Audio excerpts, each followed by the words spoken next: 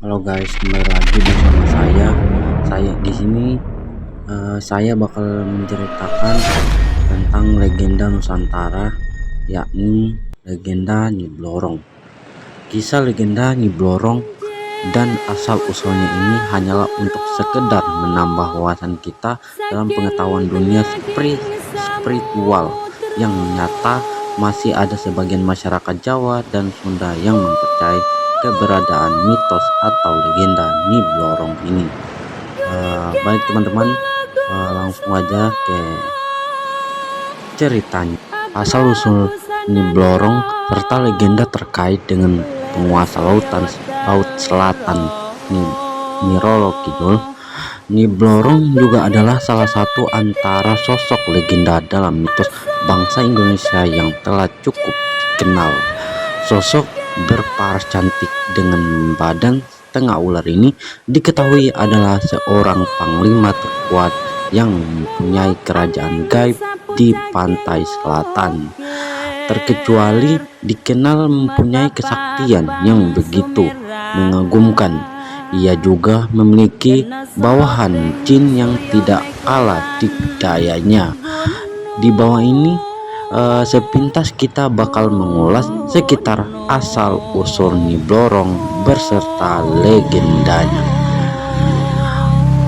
Banyak pakar spiritualis disertai dengan legendanya yang sampai kini mengedar dan menyebutkan bila Nyi Blorong sejatinya adalah putri pertama Nyimas Dewi Rangkita yang bernama Nyimas Dewi Anggatri. Nyimas Dewi Rangkita sendiri adalah cucu dari Raja Caringi Kurung ke-11 Prabu Jayakarta. Nyimas Dewi Anggrati Blorong dulunya yaitu seorang gadis nan cantik jelita, tetapi lantaran dia dibesarkan di lingkungan keraton yang serba berkecukupan, ia lalu tumbuh jadi wanita yang angkuh serta jahat. Jadi di sini teman-teman dia berparas cantik tapi jahat ya teman-teman segitu. Terus lanjut, lantaran kejahatannya itu ia diusir dari keraton punya kakeknya sendiri. Ia lalu mengasingkan diri di Rimba Selatan serta dimulailah cerita asal usul Nyi Blorong ini guys. Dia diusir guys. Satu waktu dalam perjalanan di dalam rimba, ia tidak berniat lewat satu gerbang gaib yang membawanya masuk ke dalam kerajaan jin punya Ratu Segara Selatan, Nyi Roro Kidul. Tahu sendiri kan guys, Nyi Roro Kidul ini udah dikenal memang sangat-sangat mistis sekali. Tahu bila ada manusia yang masuk ke dalam kerajaannya, prajurit kerajaan lalu menangkap Nyimas Dewi Anggatri serta membawanya ke hadapan sang ratu. Nyi Roro Kidul adalah sosok roh atau dewi legendaris Indonesia yang sangat populer di kalangan masyarakat Pulau Jawa dan Bali. Tokoh ini dikenal sebagai Ratu Lautan Selatan atau Samudra Hindia dan secara umum disamakan dengan Kanjeng Ratu Kidul. Meskipun berbeda kalangan, sebenarnya keduanya berbeda.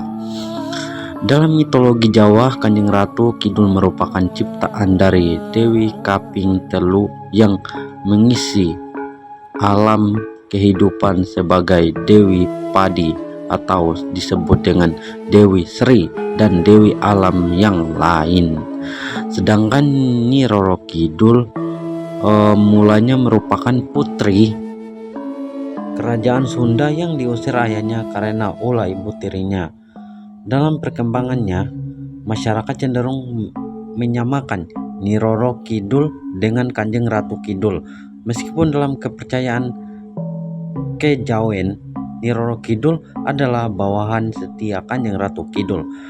Kedudukan Nyi Roro Kidul sebagai Ratu Lelembut tanah Jawa menjadi motif populer dalam cerita rakyat dan mitologi. Selain juga dihubungkan dengan kecantikan putri-putri Sunda, Nyai Loro Kidul terkadang digambarkan berwujud putri duyung dengan tubuh bagian bawah berwujud seekor ular atau ikan. Terkadang pula digambarkan sebagai wanita yang amat cantik. Ia dipercaya mengambil jiwa siapapun yang ia inginkan. Terkadang ia disebut memiliki wujud ular. Kepercayaan ini mungkin berasal dari legenda tentang putri Pajajaran yang menderita penyakit lepra. Penyakit kulit yang dialami putri tersebut kemungkinan dianggap sama seperti ular yang berganti kulit. Nyi Roro Kidul dan Sunan Kalijaga serta penambahan Senopati. Konon beberapa spiritualis menyebut bahwa Sunan Kalijaga memiliki hubungan mendalam dengan Nyai Loro Kidul karena aspek yang sama, yaitu air. Dalam bahasa Jawa, kali memiliki arti sungai. Penambahan Senopati 1584 sampai 1601 Masehi, pendiri ekspansi Imperial Mataram, mencari dukungan Dewi dari Samudra Selatan atau disebut Kanjeng Ratu Kidul dan Nyai Loro Kidul. Di Pemancinan Selatan Jawa, untuk menjadi pelindung khusus keluarga bangsawan Mataram.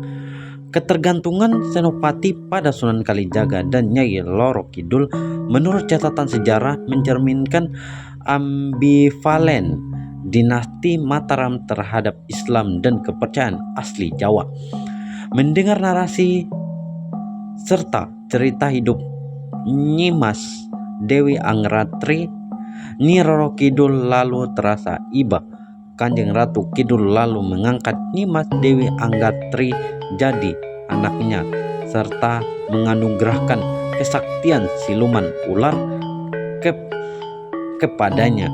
Nyi Roro Kidul juga mengubah nama si gadis yang semula Nyimas Dewi Angratri itu jadi Nyi Blorong. Pada awal Nyi Blorong cuman dikira sebagai gadis umum, tetapi lantaran kepiawaiannya dalam memimpin, berperang dan bekal kesaktian ularnya, Nyi Roro Kidul lalu memberi keyakinan kepadanya untuk jadi pemimpin batalion dalam unit prajurit yang mempunyai kerajaan. Bersamaan dengan kesuksesannya dalam memimpin, Nyi Blorong secara bertahap lalu diakui jadi panglima paling tinggi dalam pertahanan keraton kerajaan pantai selatan. Mitos lain menyebut bila waktu bulan purnama, kesaktian serta kecantikan Nyi Blorong bakal mencapai puncaknya. Ia dapat dengan gampang beralih bentuk jadi sosok wanita cantik berkebaya hijau. Tetapi waktu bulan mulai mengecil, ia dengan sendirinya bakal beralih jadi sosok ular raksasa yang mengerikan. Legenda pesugihan Nyi Blorong, menurut keyakinan orang-orang Jawa, Nyi Blorong adalah bawahan Nyi Roro Kidul yang terkecuali jadi panglima paling tinggi. Juga mempunyai pekerjaan untuk menyesatkan manusia. Penyesatan yang mereka kerjakan yaitu dengan memberi pesugihan atau kekayaan dengan jalan yang sesat. Untuk manusia yang terbawa nafsu, pesugihan Nyi Blorong ini pasti bakal begitu mengundang selera. Dalam pesugihannya itu, Nyi Blorong senantiasa datang ke tempat tinggal orang yang memujanya. Ia lalu bakal memohon si empunya tempat tinggal untuk terkait tubuh dengannya dalam kamar spesial. Dalam kamar itu, si empunya tempat tinggal bakal lihat Nyi Blorong dalam bentuk gadis cantik. Tetapi bila ada yang mengintip, mereka bakal lihat si empunya tempat tinggal tengah terkait tubuh dengan seekor ular raksasa. Jadi situ dia kayak berhubungan intim gitu ya guys ya. Tapi ini adalah ritual supranatural. Langsung jadi lanjut aja.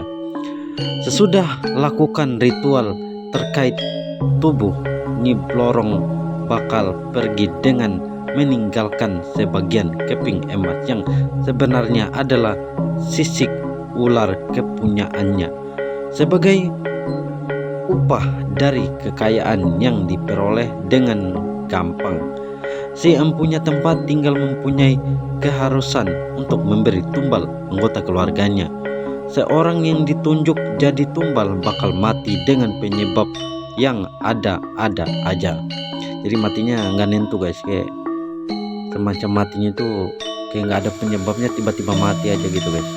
Nyi Blorong juga merupakan sosok legenda Indonesia yang berwujud wanita cantik, bertubuh manusia dari pinggang ke atas dan berwujud ular dari pinggang ke bawah. Ia merupakan panglima terkuat yang dimiliki oleh Kanjeng Ratu Kidul dan sering dianggap sama dengan Nyi Roro Kidul. Menurut kepercayaan masyarakat, Nyi Blorong adalah penguasa keraton pantai selatan yang biasa memiliki pengikut berbagai macam makhluk halus. Ia konon memang ditugaskan untuk menyesatkan manusia agar terjerumus pesugihan dan menjadikan manusia budak-budaknya yang taat. Nyi Blorong tampil mengenakan kebaya berwarna hijau dengan rajutan emas. Kain panjang berwarna emas tersebut konon merupakan perwujudan sosok aslinya, yaitu ular raksasa. Pada saat bulan purnama, kecantikan dan kesaktian Nyi Blorong mencapai puncaknya. Jadi ini kekuatannya di atas rata-rata atau di atas, pokoknya kekuatannya full guys. Tetapi saat bulan mengecil, seperti biasa kekuatannya itu jadi mengecil, jadi hilang guys. Ia akan kembali ke wujud yang semula, yaitu ular raksasa. Serat Cahtini menyebut bahwa Nyi Blorong yang cantik adalah putri dari Ratu Angin-anginin.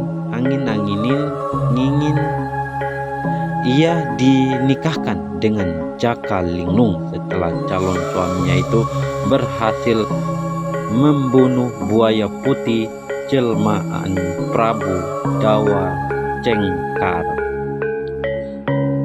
Sebagai spiritualis menganggap Nyi Blorong sama dengan Nyi Roro Kidul, tetapi versi tersebut dibantah sebagian ahli supranaturalis yang lain.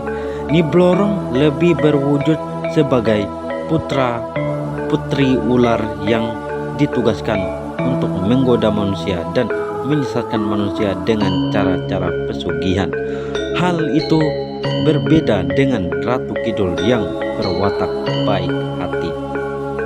Namun menurut sumber lain, Nyi Blorong adalah sebutan untuk Nyimas Dewi Anggatri, anak dari Nyimas Dewi Rangkita atau yang dikenal sebagai Ratu Galuh, anak dari Nyimas Dewi Angista, putri bungsu dari Raja Caringin Kurung ke-6 Prabu Jaya Cakra.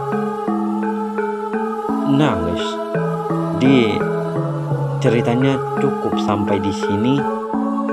Legenda Nyi Blorong tersebut sepintas mengenai asal-usul Nyi Blorong beserta legenda pesugihannya yang mendunia.